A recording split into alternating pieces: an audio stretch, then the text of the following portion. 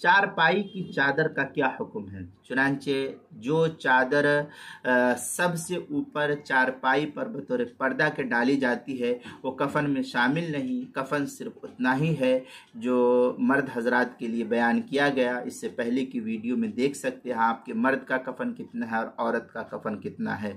मर्द के लिए 3 कपड़े हैं और औरत के लिए 3 के साथ 2 मिला करके एक सीना बंद और ओढ़नी खिमार जिसको कहते हैं, ये 2 जायद कपड़ा है।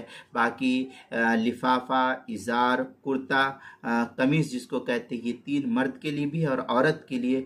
औरत के लिए फिर मजीद 2 है कि क्या नाम है, खिमार और सीनाबंद। ये 2 जो है कपड़े जायद है। औरत के लिए 5 कपड़े और मर्द के लिए 3 कपड़े है। इसके ऊपर जो कुछ दिया जाता है वो कफन सुन्नत नहीं है।